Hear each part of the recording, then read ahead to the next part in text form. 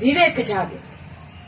પેલો ગુરુ આપણે એમ કહે કે આપણી પાસે કઈક વસ્તુ હોવી જોઈએ, આપણે બહાર જઈએ તો હાવ ખાલી ન જવાય. આપણે એમ કહીએ ને તો પૈસા, ધન, દોલત, વ્યવસ્થા એ તો માણસની સગવડતા છે જવા માટે, પણ પેલો ગુરુ એવું કીધું છે.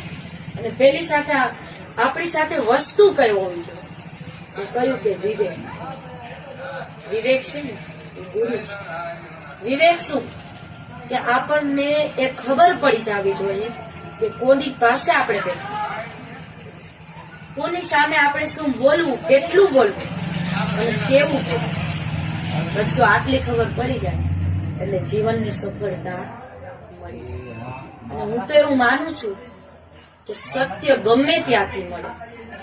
નાનું એવું બાળક હોય એ જો આપણને સત્યની રાહ બતાવતું હોય તો એ કુંડાથી લઈ જાય.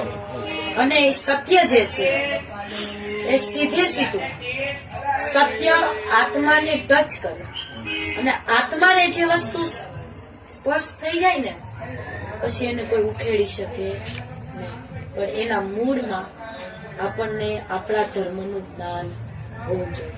ધર્મનું જ્ઞાન એટલે જો દીકરી હોય એને એનું જ્ઞાન હોવું જોઈએ કે હું દીકરી છું